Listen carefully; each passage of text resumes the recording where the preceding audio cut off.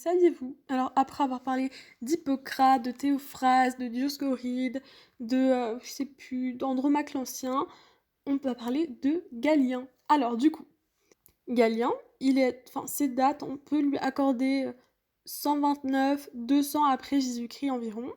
Alors, il est de nationalité turque, mais il a beaucoup voyagé et il a fini par exercer à Rome auprès des empereurs. Alors, son métier, c'était le médecin des empereurs comme Marc Aurèle, puis Commode. Et du coup, il y a une petite référence à Gladiator. Donc voilà.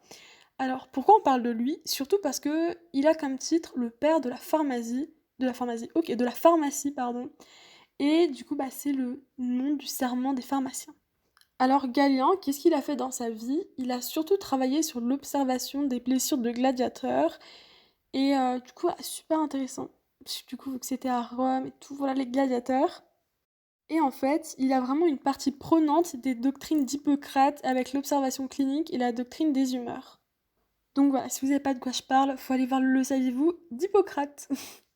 Et du coup, voilà, Galien, il a un peu détaillé plus précisément comment les médicaments étaient préparés et comment surtout fallait les préparer. Et du coup, voilà, il a préparé beaucoup de ces médicaments. Et en fait, c'est écrit que, je sais pas comment dire, il a une conception assez moderne du vieillissement avec la gérontologie, mais à l'époque, en fait, c'était pas du tout à la mode, quoi. On n'en entendait pas vraiment parler. J'ai trop du mal à parler, moi aussi. Bref, du coup, voilà.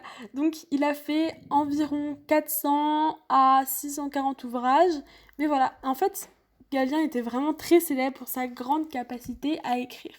Mais bon, on n'est pas vraiment sûr qu'il soit toujours le véritable auteur. C'est pour ça que c'est un nombre assez large d'ouvrages parce qu'on ne sait pas trop si c'est vrai ou pas. Et du coup, il existe le serment de Galien, donc qui est le serment des apothicaires et pharmaciens, rebaptisé en son honneur. Et du coup, voilà, il était vraiment considéré comme un surdoué et il a fini ses études de médecine très tôt et on nous dit aussi qu'il a donné des conférences en anatomie et en physiologie avec brio. Mais il a également été décrié et critiqué et il a dû quitter Rome en fait, mais il est finalement devenu médecin personnel des empereurs, Aurèle et Commode, comme on l'a dit tout à l'heure. Donc voilà, c'était tout pour c'est le saviez-vous des personnages historiques, si on peut dire ça comme ça. Je sais pas trop comment dire. Du coup, voilà. La prochaine fois, on parlera un peu du Moyen-Âge et de la Renaissance. Voilà. À demain.